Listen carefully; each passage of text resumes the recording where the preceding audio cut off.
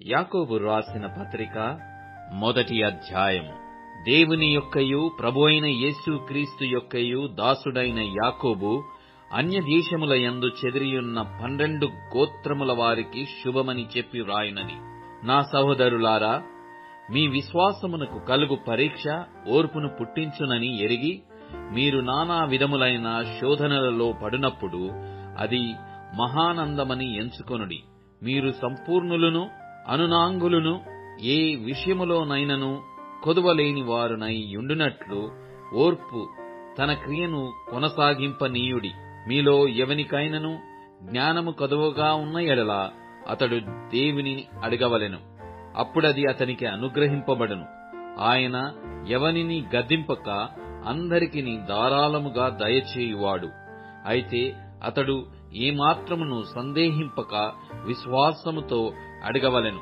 సందేహించువాడు గాలిచేత రేపబడి ఎగిరిపడు సముద్ర తరంగమును పోలియుండును. అట్టి మనుష్యుడు ద్విమనస్కుడై తన సమస్త మార్గముల యందు అస్థిరుడు గనుక ప్రభువు వలన తనకేమైనను దొరుకునని తలంచుకొనరాదు. దీనుడైన సహోదరుడు తనకు కలిగిన ఉన్నత దశయందు అతిశయింపవలెను. ధనవంతుడైన సహోదరుడు తనకు కలిగిన దీన దశయందు అతిశయింపవలెను. ఏలయనగా ఇతడు గడ్డి పువ్వు వలె గతించిపోవును. సూర్యుడు దయించి వడగాలి కొట్టి గడ్డిని మార్చివేయగా దాని పువ్వు రాలును, దాని స్వరూప సౌందర్యమును నశించును. అలాగే ధనవంతుడును తన ప్రయత్నములలో వాడిపోవును. శోధన సహించువాడు ధన్యుడు. అతడు శోధనకు నిలిచినవాడై ప్రభువు తన్ను ప్రేమించు వారికి వాగ్దానము చేసిన జీవకిరీటము పొందును. దేవుడు కీడు విషయమై శోధింపబడనేరడు. ఆయన ఎవరిని శోధింపడు గనుక ఎవడైనను శోధింపబడినప్పుడు నేను దేవుని చేత శోధింపబడుచున్నానని అనకూడదు. ప్రతివాడును తన స్వకీయమైన దురాశ చేత ఈడువబడి మరులు కొల్పబడిన వాడై శోధింపబడును. దురాశ గర్భము ధరించి పాపమును కనగా పాపము పరిపక్వమై మరణమును కనును. నా ప్రియ సహోదరులారా, మోసపోకుడి. శ్రేష్టమైన ప్రతి ఈవియు సంపూర్ణమైన ప్రతి వరమును పరసంబంధమైనదై జ్యోతిర్మయుడగు తండ్రి యొద్ద నుండి వచ్చును. ఆయన యందు ఏ చంచలత్వమైనను గమనాగమనముల వలన కలుగు ఏ ఛాయ అయినను లేదు. ఆయన తాను సృష్టించిన వాటిలో మనము ప్రధాన ఫలముగా ఉండునట్లు సత్యవాక్యము వలన మనలను తన సంకల్ప ప్రకారము కనెను. నా ప్రియ సహోదరులారా, మీరీ సంగతి ఎరుగుదురు గనుక ప్రతి మనుష్యుడు వినుటకు వేగిరపడువాడును, మాటలాడుటకు నిదానించువాడును, కోపించుటకు నిదానించువాడునై ఉండవలెను.